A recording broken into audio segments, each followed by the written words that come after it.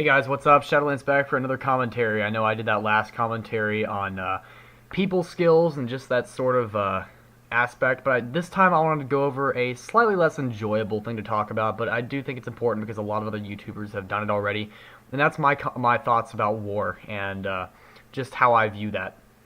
Well, first of all, I want to make it very clear that I think war is a terrible thing overall. There is more bad than good, but that's not saying every aspect of war is bad. And I will explain myself because I know a lot of you are going to comment on that if I just leave it at that.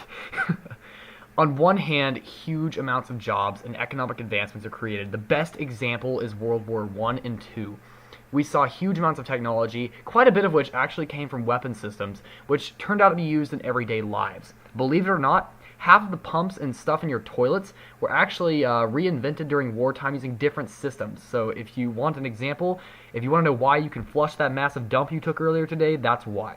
And I'm actually quite serious when I say that. However, there's a counterbalance to every side of every coin. There's a huge amount of lost life, and no amount of increase in technology is worth the loss of even a single life, in my opinion.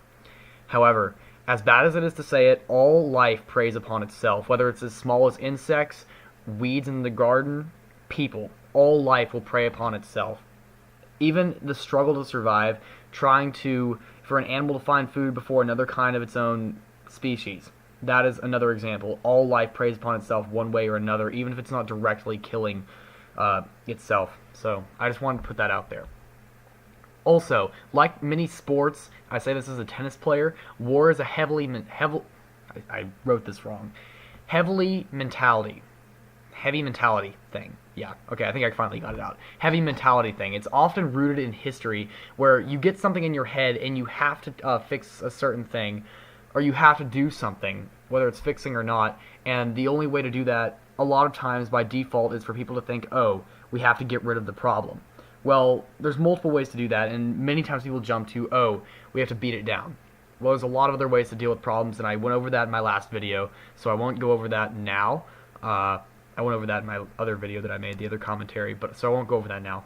But the next thing I wanted to say is that even then, many sports are even made to simulate war, at least the actions involved in war. Football-like sports are all a great example. If you think about it, it's two teams fighting against each other literally over two goals. That's what it is. Even sports as simple as soccer, the idea of having two teams against each other, that is the whole concept behind that. So just please keep that in mind. Not saying it's a bad thing. Sports are fun. Sports are meant to be like the fun part of war. And if war was decided by football, dang, I'd be a warrior myself. I'd go fight. I'd do some football. That sounds fun to me, to be honest. For example, if you guys have or it's also, I guess you could say even like with computers and stuff, there's a Star Trek episode where two planets were fighting against each other or something like that, and they were doing it over cyber war, and they just sent people to die every time someone lost an online war. So it was, and then Kirk and then went in to fix that. I haven't seen it in a very long time, but just, yeah. Anyway, I also want to go over why world peace is inevitably impossible. The first and most basic line of this is that people are too different from each other.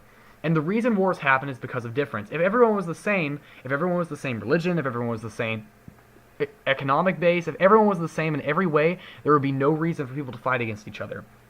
Humans can't look at each other on equal terms because they compare others to themselves. Whether they say that or not, everyone compares everything to themselves. That's just simply how people work.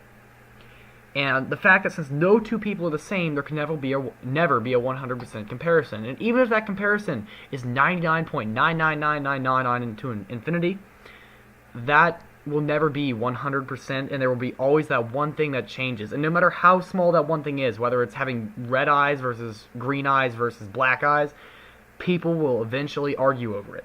It doesn't matter how good of a person you are. You will always, in the smallest part of your mind, know that something is different, that they're not like you, because no two people are the same, even twins. I went over that in my last video, so if you want to hear my thoughts on that as well. I also wanted to point out, just as a simple fact, that war is simply the physical embodiment of difference.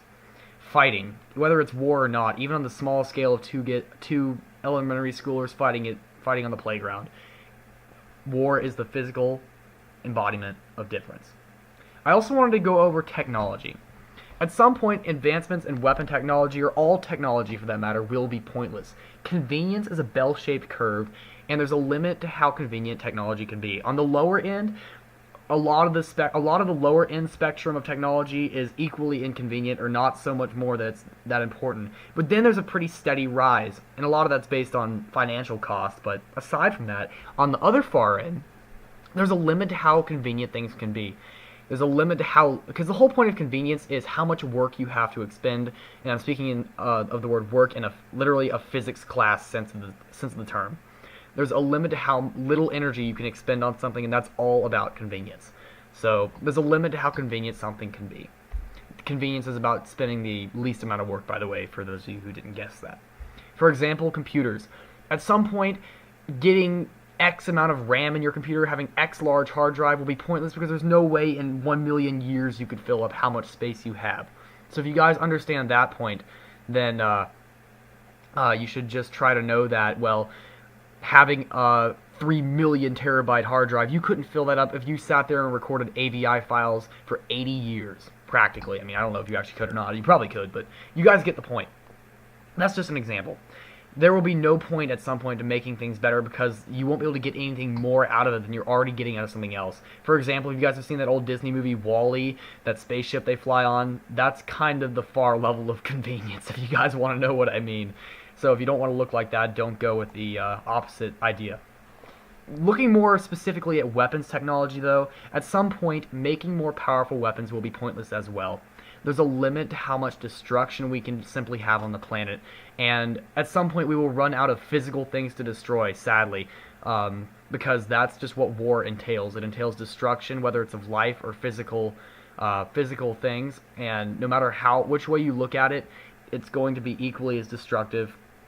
Although, of course, life is obviously more important than any physical aspect at all, and I say that honestly, so it just depends on how you want to think about it. But looking at today, in this day and age, I'm drinking some of my ginger beer. Ginger beer is actually really good. It's not ale, it's beer. It's actually really good. But anyway, we're looking into an age of cyber war, and cyber war is becoming more and more, it's just becoming more prominent. Whether we're looking at the Pentagon hacking into other people, we're looking, if, let's say, a well controls the water to this city. If you shut off that well, everyone in that city is going to die because they don't have water, or it'll flood or something. So that's just my point. Cyber war is going to be the way things are going to be going, in my opinion. But that's about all the time I have for today, guys. Thank you for watching this video. Please rate, comment, subscribe, and check my next video out. Shadowlance out.